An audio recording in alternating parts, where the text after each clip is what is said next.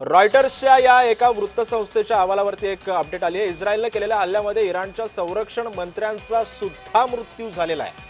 अतिशय महत्त्वाची बातमी, रॉयटर्स या वृत्तसंस्थेने हा दावा केलेला आहे। संरक्षण मंत्र्यांचा सुद्धा मृत्यू झालेला आहे। सतीश सर, संरक्षण मंत्र्यांची भूमिका ही अतिशय महत्त्वाची मानली जाते या सगळ्या युद्धजन्य परिस्थितीमध्ये। संरक्षण मंत्र्यांचाच खात्मा झालेला आहे। पुढची रणनीती आखण्यासाठी अडथळे येत आहेत।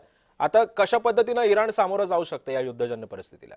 नक्कीच मागच्या 24 तासामध्ये अमेरिका आणि इस्रायलने जे आहे नेतृत्वाची फळी कापण्यामध्ये एक प्रकारे यश मिळालेलं आहे। म्हणजे आपण पाहिलं, जसं तुम्ही सांगितलं की डिफेन्स मिनिस्टर त्यांचा खात्मा त्या ठिकाणी झालेला आहे। In fact Iranian revolutionary guard corps IRGCचा कमांडर इन चीफ होता, त्याला सुद्धा मारण्यामध्ये यश त्या ठिकाणी मिळालेलं आहे। अयातुल्ला अली खामेनीचा त्या ठिकाणी जो खात्मा झालेला आहे आणि याच्याशिवाय 7 महत्त्वाचे पॉलिटिकल लीडर्स त्याचबरोबर कमांडर्स यांना मारलेले आहे। पण असं जरी असलं तरी सक्सेशन ज्याला आपण म्हणतो, म्हणजे दुसरी फळी जी आहे ती त्या ठिकाणी तयार होतीये आणि IRGCची ही दुसरी फळी, इराणियन आर्मीची ही दुसरी फळी जी आहे लढण्यासाठी त्या ठिकाणी तयार आहे। नेतृत्वाची पोकळी नक्कीच आहे, पण दुसरी फळी जी आहे ही जागा त्या ठिकाणी भरून काढेल आणि हा संघर्ष पुढे चालू ठेवेल अशा प्रकारची परिस्थिती आहे। एक गोष्ट मात्र नक्की की ऍडव्हान्टेज अमेरिका अशी सिच्युएशन आहे आणि दीर्घ काळामध्ये सामरिक दृष्ट्या इराण हा अमेरिका आणि इस्रायल समोर टिकू शकणार नाही, हे सुद्धा सत्य आहे, हे आपल्याला ऍक्सेप्ट करावं लागणार आहे।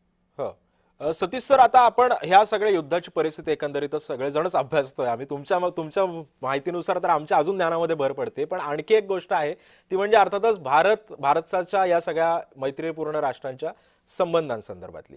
इस्रायलच्या दौऱ्यावरती पंतप्रधान जाऊन आले गेल्या काही दिवसांपूर्वी आणि त्याच्यानंतर भारतानं सुद्धा, आता इराण सुद्धा भारताचा मित्र राष्ट्र राहिलेला आहे। आपण इंधन खरेदी करतो इराणकडून, तर मग यामध्ये भारत फारच तटस्थ भूमिका, फारच म्हणजे सावध रीतीने पावलं उचलतोय।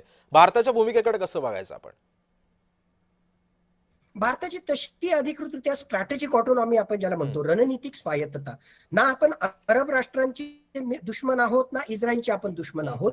आपला एकूण हित लक्षात घेता अरब राष्ट्र त्याचबरोबर इराण हा सुद्धा आपला मित्र राष्ट्र आहे आणि इस्रायल सुद्धा मित्र राष्ट्र त्या ठिकाणी, म्हणून त्यांच्या वादात न पडता आपण जे आहे तटस्थ भूमिका घेतली। पण माझ्या मते तटस्थ भूमिका घेऊन त्या ठिकाणी चालणार नाही, कारण या युद्धाच्या माध्यमातून आपल्या अर्थव्यवस्थेवर तेलाच्या किमती वाढल्या तर विपरीत परिणाम होणार आहे। 80 लाखाहून जास्त जे अरब लोक अरब राष्ट्रांमध्ये भारतीय राहतात, त्यांच्या रोजगाराचा आणि जीविताचा प्रश्न त्या ठिकाणी आहे। आणि मी म्हणतो, जर कोणी म्हणत असेल की या युद्धाचा भारतावर काही परिणाम होणार नाही, तर मी त्याच्याशी ऍग्री करत नाही। तर यासाठी 24 तासामध्येच बघा ना, या युद्धामुळे दुबईच्या एअरपोर्टवर त्या ठिकाणी हल्ला झाला आणि शेकडो भारतीय जे आहेत ते त्या ठिकाणी अडकलेले आहेत। PV सिंधू असेल, काही कलाकार आहेत, ते ऑलरेडी त्या दुबईच्या, रियादच्या, अबुधाबीच्या एअरपोर्टवर त्या ठिकाणी अडकलेले आहेत। मग याचा विपरीत परिणाम आपल्यावर होतोयच। भविष्यामध्ये लॉजिस्टिक सप्लाय चेन जर स्ट्रेट ऑफ होर्मुझ बंद झाली तर त्याचा फटका जो आहे भारतावरही त्या ठिकाणी बसणार आहे। काही तासातच जर त्याचा फटका भारताच्या अर्थव्यवस्थेवर, लोक अडकण्यावर त्या ठिकाणी होत असेल, हवाई वाहतुकीवर होत असेल, तर कसं आपण म्हणू शकतो की भारतावर याचा काही विपरीत परिणाम होणार नाही? भारतावर त्याचा विपरीत परिणाम होतोय, फक्त हा जास्त होऊ नये म्हणून भारतानं प्रोएक्टिव्हली बॅक चॅनल डिप्लोमसीच्या माध्यमातून इस्रायल, अमेरिका आणि इराण यांच्याशी चर्चा करावी आणि हा संघर्ष निवळावा यासाठी प्रयत्न करणं माझ्या मते अत्यंत आवश्यक बनलेलं आहे। पण सतीश सर, जसं आता अमेरिका जशी भूमिका घेते, जशा पद्धतीने युद्धामध्ये हिंसक पावलं उचलायला सुरुवात केलेली आहे अमेरिकेनं, एक हुकुमशाह, एक दादागिरी, जसं तुम्ही मगाशी म्हणालात तसं, जर तशी दादागिरी जर अवलंबली गेली आणि जर इराण सारख्या देशाला जर वाळीत टाकलं गेलं, भारताचे आणि इराणचे संबंध तसे मैत्रीपूर्ण असले तरी मग इंधनासाठी आपल्यासाठी दुसरा देश कुठला असू शकतो? कारण इंधन तर आपल्याला गरजेचं आहे। जर महासत्ता जर स्थापन केलीच अमेरिकेनं तर मग त्यामुळे मग टॅरिफ सारख्या कर सुद्धा लादण्याची शक्यता वाटते का या सगळ्या वस्तूंवरती किंवा गोष्टींवरती? काय वाटतंय? माझ्या मते ऑलरेडी भारत हे सगळं ओळखू नये म्हणून मागच्या काही वर्षांमध्ये भारतानं ऑलरेडी अल्टरनेटिव्ह प्लॅन सुरू केले आहेत। म्हणजे काय केलं, ज्याला आपण म्हणतो की या इंधनाशी संबंधित सुद्धा डायव्हर्सिफिकेशन, फक्त आपण आखाती देशांवर आणि त्यातल्या त्यात इराण, इराक किंवा काही आखाती देशांवरच अवलंबून नाही। आपण रशियाकडून तेल घेत होतो, आपण अमेरिकेकडून तेल घेतो, आपण व्हेनेझुएलाकडून तेल त्या ठिकाणी घेतो। म्हणजे पहिली गोष्ट आपण डायव्हर्सिफिकेशन केलेलं आहे, एकाच सोर्स मधून घेऊन त्यांच्यावर पूर्णतः डिपेंडेंट राहण्याच्या ऐवजी डायव्हर्सिफिकेशन झालेलं आहे। Point number 1। दुसरा त्याहून महत्वाचा मुद्दा, आता या ज्या आहेत जुन्या जमान्याच्या ज्याला आपण म्हणू की पर्यावरणाला हानी करणाऱ्या फॉसिल फ्युएलवर, अशा प्रकारे या इंधनावर डिपेंडंट राहण्याच्या ऐवजी diversification in terms of nature friendly, environment friendly अशा प्रकारचे जे रिन्युएबल एनर्जी रिसोर्सेस आहेत, मग ती सोलार एनर्जी आहे, न्यूक्लिअर एनर्जी आहे, याला सुद्धा डेव्हलप करण्यासाठी टेक्नॉलॉजीच्या पॉईंट ऑफ व्ह्यूनं आपण काही अलायन्सेस करतोय, आपण काही तशा प्रकारचं तंत्रज्ञान डेव्हलप करण्याचा प्रयत्न करतोय। म्हणून माझ्या मते म्हणजे इराणशी संबंधित आपली गुंतवणूक म्हणा किंवा काही गोष्टी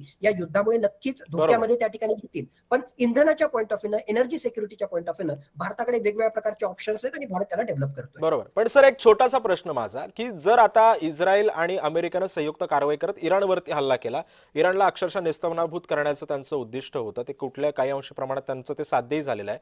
आता जर इराणनं जर विचार केला की आता यांना चोख प्रत्युत्तर द्यायचं, तर इराण कशा पद्धतीनं यांच्यावरती हल्ले डागू शकतं, आणि जर अमेरिका सारखा बलाढ्य राष्ट्र जर इस्रायल सोबत असेल, तर मग कितपत यांना इराण राष्ट्राला हे सगळं आव्हानात्मक ठरू शकतं येत्या काळात? इराणकडे अजूनही जे आहे साधारणतः 2000 ते 3000 बॅलिस्टिक मिसाईल्स आणि हायपरसोनिक मिसाईल्स आहेत, अशा प्रकारचे रिपोर्ट्स त्या ठिकाणी आहेत. मग नक्कीच या लेटेस्ट अशा प्रकारच्या हायपरसोनिक मिसाईल्सचा 13 to 15 मॅक म्हणजे आवाजाच्या 13 ते 15 पट स्पीड असणारे अशा प्रकारचे हायपरसोनिक मिसाईल्स ऑलरेडी इराणकडे त्या ठिकाणी आहेत. लेटेस्ट अशा प्रकारचे जे आहेत शाहेद ड्रोन्स हे इराणकडे आहेत. याच ड्रोन्सचा, याच मिसाईल्सचा वापर करून अमेरिकेच्या बेसेस जे आखाती देशांमध्ये तिथे अटॅक करणं, हुर्मुजच्या सामुद्रधुनीला ब्लॉक त्या ठिकाणी करणं, असिमेट्रिक वॉरफेअरच्या माध्यमातून जे आहे अशा काही अमेरिकेच्या मर्मस्थानावर अटॅक करण्याचा प्रयत्न करणं, या माध्यमातून जे आहे काही अंशी इराण जो आहे हा संघर्ष त्या ठिकाणी. हो, नक्कीच. धन्यवाद सतीश सर. एकंदरीतच या सगळ्या युद्धजन्य परिस्थितीमध्ये अनेक माहिती आणि अनेक धागेदोरे सुद्धा तुमच्याकडून समजायला आम्हाला मदत झाली. धन्यवाद आपण केलेल्या या सविस्तर विश्लेषणाबद्दल.